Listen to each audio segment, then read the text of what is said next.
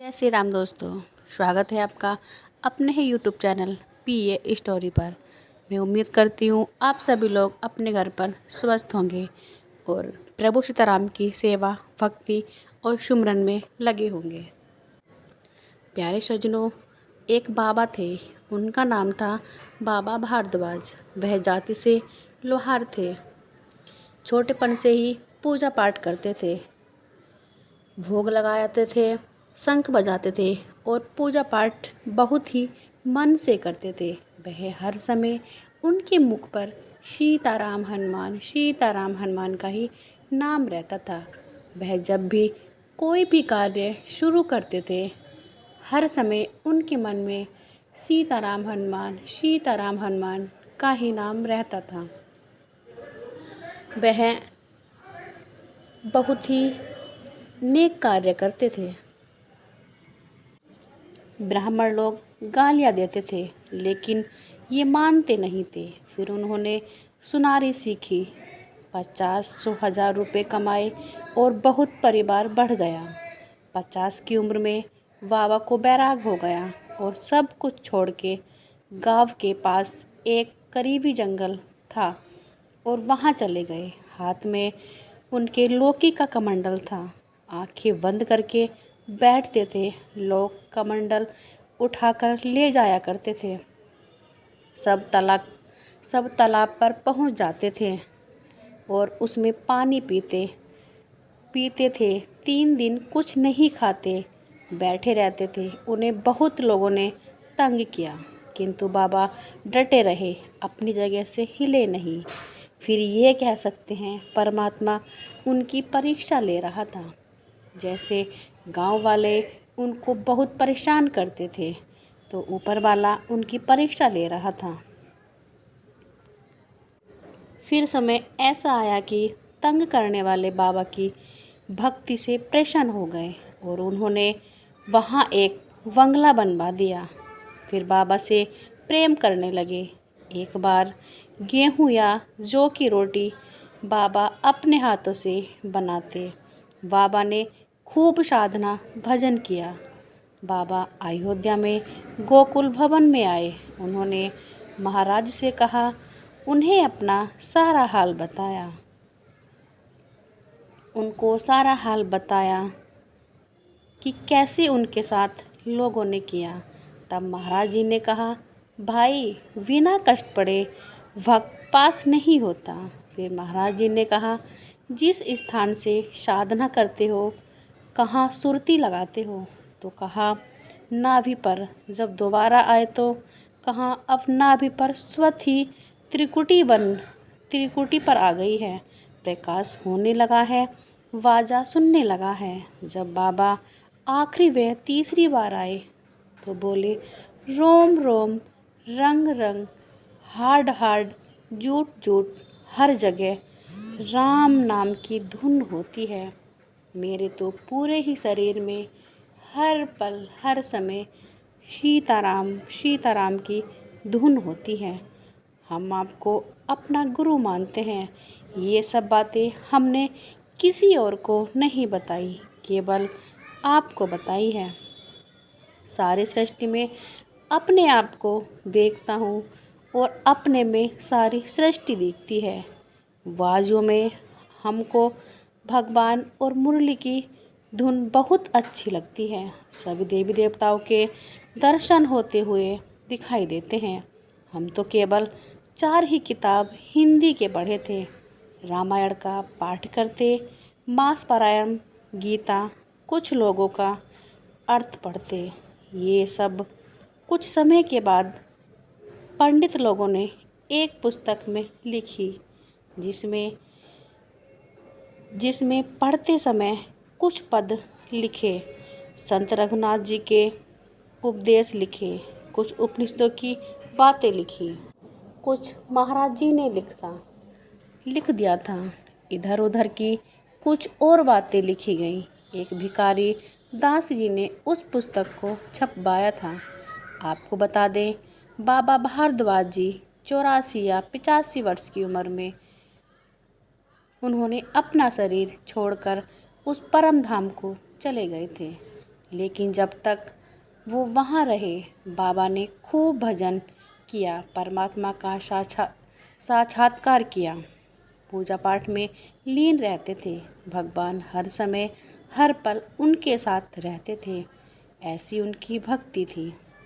प्यारे सज्जनों, वो पूरी निष्ठा से प्रेम पूर्वक भगवान का नाम लिया करते थे और उनका पूजा पाठ नित्य प्रतिदिन किया करते थे। वैसे उनकी भक्ति दृढ़ थी। प्यारे सज्जनों, भाइयों, अब मैं आपको अयोध्या कनक एक मैनेजर की एक कथा सुनाने जा रही हूँ। कनक भवन में एक मैनेजर वैश्य जाति के थे। वो वहाँ आए और वो शौकिया नौकरी किया करते थे और वो बहुत बुद्धिमान और विचारमान थे। सिर्फ भगवान का चरण उदक लेते थे और अपने पास से कुछ दे देते थे। उनको 18 की उम्र में तपेदिक हो गई और दोनों फेफड़े गायब हो गए। भोजन काफ़ी करते थे तो डॉक्टर ने कहा, बड़ी ताज्जुब की बात है, ये कैसे जिंदा है। वो महीने में 2 बार राम के मंदिर अयोध्या जाया करते थे, बहुत कम बोलते थे। साल में 1 बार कनक भवन पुतवाने में चले जाते थे। वह कनक भवन बड़े अच्छे से पुतवाते थे और दूसरे मैनेजर 1-1 हज़ार रुपये में पुतवाते थे। उनके पास घी, तेल, शहद, चीनी और कई सामान रहते थे। जो कोई मांगने जाता, जिसमें से खर्च किए होता उसमें से नहीं देते, जो शुद्ध धरा हुआ होता उसमें से दे देते और कहते, भगवान के काम में लगाओगे तो हमें दोष लगेगा। हमारे भक्त महाराज जी ने कहा है कि हमारे भक्त गिरधारी जी से भी उनका परिचय था। कनक भवन के रहने वाले लोग कहते थे कि कैसा आदमी है, चुप रहता है, बहुत कम बोलता है। उनसे महारानी की बातें होती थी, जैसे हम एक दूसरे से बात करते हैं, वैसे ही महारानी जी मैनेजर साहब से बात करती थी। साधारण आदमी डॉक्टर वेद को क्या मालूम कि कैसा संस्कारी जीव है। प्यारे सज्जनों, हमसे कहा महारानी से एक बार उन्होंने कहा, हम भगवान का काम सच्चाई से करते हैं, इसी से हमारी गति होगी। यहाँ के लोग जितने हैं, कोई भगवान के सच्चे प्रेमी नहीं हैं। जूता पहन के जाते हैं, फिर पग नहीं धोते, चौखट के पास जाके बैठ जाते हैं। पुजारी मना ही नहीं करता, अगर हम कहें तो नाखुश हो इसलिए हम कुछ नहीं कहते। पुजारी करे उठकर चले जाएं तो साधु लोग आकर अपने हाथ चरणों को लेकर फिर मंदिर में बैठ जाते हैं, हाथ तक नहीं धोते, कोई विचार नहीं करते। चरणामृत बांटना पुजारी का काम है, सबका नहीं। एक बार महाराज जी ने उनसे पहले कर दिया, तुम्हारा समय आ गया, तो कहा हम भी देख चुके हैं, वैकुंठ हम ठंडे की चोट पर लेंगे। हमने अपनी याद में कोई पाप नहीं किया है। लोगों ने कहा शादी कर लो, तो मैनेजर साहब ने कहा हमारा मन शादी करने को नहीं चाहता, इसलिए नहीं किया। एक दिन महाराज जी से कहा, हरिद्वार जाकर शरीर छोड़ूंगा। यहाँ से गए, उनके हिस्से के हर गांव में उनका मुनाफा गरीबों को लिख दिया। हमको लिखा कि हमारी इच्छा थी रामायण गान की करके कोई बजाकर सुना देता, तो महाराज जी ने लिख दिया, यहाँ कोई नहीं जानने वाला। फिर अपनी इच्छा अनुसार दान किया और हंसते हंसते उन्होंने शरीर छोड़ दिया। ऐसा सच्चा जीव लाखों में एक हो।